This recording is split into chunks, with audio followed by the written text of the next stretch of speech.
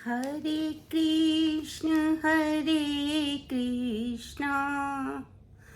कृष्णा कृष्णा हरे हरे हरे राम राम राम हरे हरे। हरे कृष्णा सभी भक्तों को मेरा दंडवत प्रणाम। आज हम अध्याय 7 जिसका नाम है भगवत ज्ञान, उसके दूसरे या कहना चाहिए कि पहले ही श्लोक पर आज हम चर्चा करेंगे। ये जो पहला श्लोक है उसमें वस्तुतः भगवान जो हैं वो क्या कह रहे हैं, क्योंकि छठे अध्याय में पूरा योग के विषय में बताया गया और ये भी बताया गया कि भगवान को कौन सा योगी पसंद है जो कि भगवान में ही अपना ध्यान केंद्रित करता है।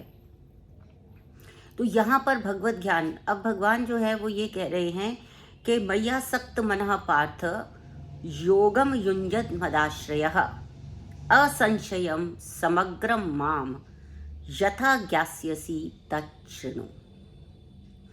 अर्थात अब भगवान जो हैं वो अर्जुन से ये कह रहे हैं कि मया सक्तः, मुझे जो मेरी तरफ आसक्त है, जो मुझसे मिला हुआ है, ऐसा जो है पार्थ योगम युंजन मदाश्रया। अब सुनो कि तुम किस तरह से मेरी भावना से पूर्ण होकर, मुझ में ही आसक्त होकर और मुझ में ही योग या संयुक्त हो सकते हो, किस प्रकार ऐसा हो सकता है। और असंशयम समग्रम माम, मतलब निस्संदेह मुझे पूर्ण रूप से जान सकते हो, ज्ञास्यसि।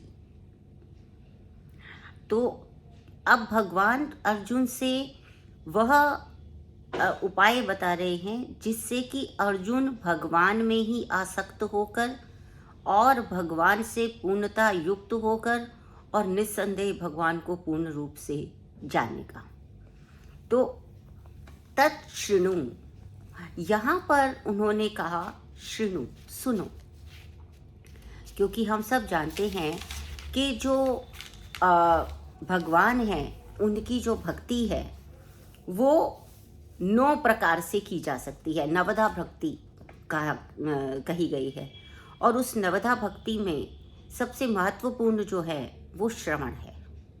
हम जब देखते हैं कि हमारा मन बहुत ही उद्विग्न हो रहा होता है, हम बहुत परेशान हो रहे होते हैं, तो क्या होता है, हम कोई सत्संग सुनते हैं, हम किसी ज्ञानी व्यक्ति के पास जाते हैं, वो हमें कुछ जो है वो अध्यात्म की बात सुनाता है, हम भगवान की लीलाओं के विषय में सुनते हैं, भगवान की सुंदरता के रूप में सुनते हैं, भगवान की एक एक जो गुण है उनके लिए सुनते हैं। तो ऐसा जो सुनते हैं वो सबसे प्रथम सोपान है ना, जिससे कि हम भगवान के प्रति आसक्त हो सकते हैं, ये आसक्ति बढ़ सकती है। वो कौन सा तरीका है, वो सबसे पहला जो है उसमें आता है श्रवण।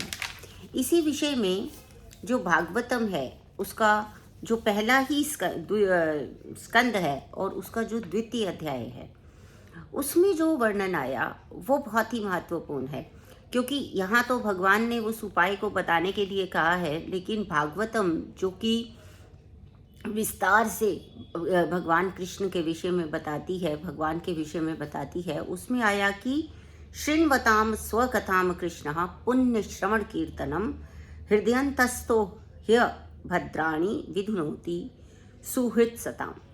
अर्थात इसका मतलब ये हुआ कि भागवतम के भी पहले स्कंद के द्वितीय अध्याय में यही आया है कि वैदिक साहित्य में जो भगवान कृष्ण के विषय में सुनना, शृण्वताम स्वकथाम, जो भगवान कृष्ण के रूप में सुनना, पुण्य श्रवण कीर्तिना, वो उससे बड़ा जो है साक्षात उन्हीं से सुनना है ना, ये अपने आप में बहुत ही बड़ा पुण्य कर्म है।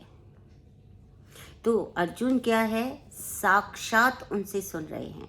आज की समय में हम देखते हैं कि बहुत से लोग ये कहते हैं कि भाई भगवान कृष्ण तो अभी तो उपस्थित नहीं है, जब थे तब थे, अभी तो वो उपस्थित नहीं है। अभी हम उनकी पूजा कैसे कर सकते हैं? अभी हमें ये कैसे लगे कि वो यहीं पर हैं और वो तीनों कालों में रहते हैं, प्रत्येक युग युग में होते हैं, लेकिन हमें तो नहीं दिख रहा है। तो यहाँ भागवतम स्पष्ट रूप से कह रही है कि स्वकथाम, अपनी कथा कृष्ण जो है वो स्वयं उनके मुंह से सुनना पुण्य श्रवण कर्म नाम, श्रवण कीर्तन, यानी कि उनके विषय में श्रवण करना और उनका कीर्तन करना, ये एक पुण्य का काम है। और जो भगवान के मुंह से ही सुन ले उसको, तो उससे बड़ा पुण्य कोई हो ही नहीं सकता। अब भगवान ने क्या किया है कि भगवान ने भगवत गीता के रूप में ये जो उपदेश दिए हुए हैं, ये प्रत्येक काल में स्वयं भगवान ही हैं। हमें ये समझना चाहिए कि जैसे ये हमारा भौतिक जगत है, तो इस भौतिक जगत में यदि हम जल बोलते हैं कि मुझे जल लेना है, तो ये जो जल है वो अलग है, यानी बोलना, जल शब्द अलग है। जल के शब्द से ही हमें जल प्राप्त नहीं होता है, उसे वस्तु रूप में हमें कोई अन्य जो है स्रोत है, कोई अन्य जगह है, सोर्स है जहाँ से उसको हमें पीना पड़ेगा। किंतु अध्यात्म जगत में क्या होता है, भगवान जो हैं वो आध्यात्मिक हैं। तो जो अध्यात्म जगत होता है उसमें जो शब्द होता है और जो उस शब्द का अर्थ होता है वो एक ही होता है, यानी भगवान श्री कृष्ण शब्द से भिन्न नहीं है, अपने शब्द से भिन्न नहीं है। तो जो हमने उपदेश हम इस भगवत गीता में पढ़ रहे हैं, ये सब उपदेश जो भगवान ने दिए हैं, अपने मुख से अर्जुन को कहे हैं, उस रूप में भगवान सदैव सदैव उपस्थित है, हमारे साथ हैं।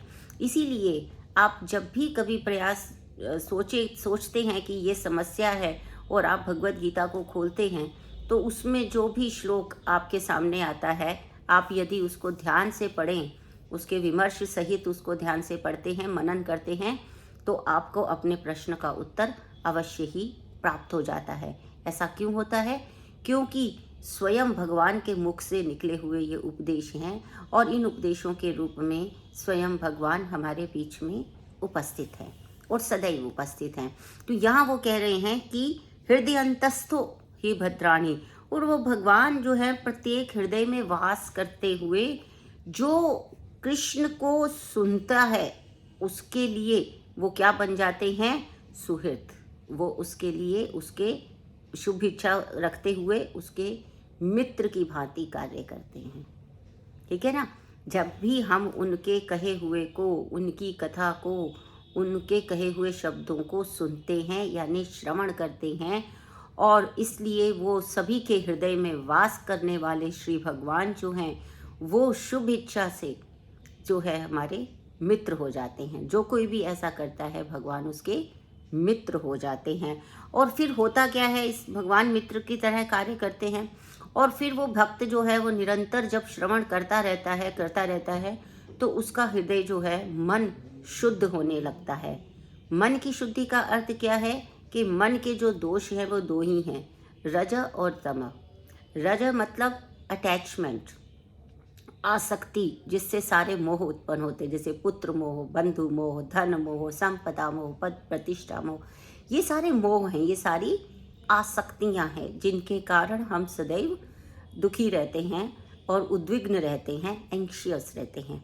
तो इससे दूर, और तम यानी कि अज्ञानता, यानी कि अज्ञानता और उसके साथ साथ नकारात्मकता और आलस्य, ये सब जो कार्य होते हैं, ये सब जो है वो तामसिक हैं। तो ये जो रज और तम दोष हैं, ये सभी के हृदय में रहते हैं, परंतु जब हृदयस्थ भगवान श्री कृष्ण के नाम का श्रवण किया जाता है, बार बार सुना जाता है, तो वो क्या करते हैं, इस हृदय को शुद्ध करते हैं, अर्थात उसमें सात्विक भाव की, रज और तम दूर होते हैं और सात्विक भाव की उसके अंदर वृद्धि हो जाती है, और फिर वो धीरे धीरे भगवत भक्ति में स्थिर होने लगता है। क्योंकि जब हम रजस और तमस से दूर होते हैं तभी हम स्थिर हो सकते हैं, अन्यथा हमें एक के बाद एक जो इंद्रिय तृप्ति की जो लालसा है, उत्कंठा है, वो बनी रहती है और हम कभी भी भगवान की भक्ति में स्थिर नहीं हो पाते। तो भगवान क्योंकि मित्रवत कार्य कर रहे हैं, इसलिए वो भगवान जो है रज और तम को हटाकर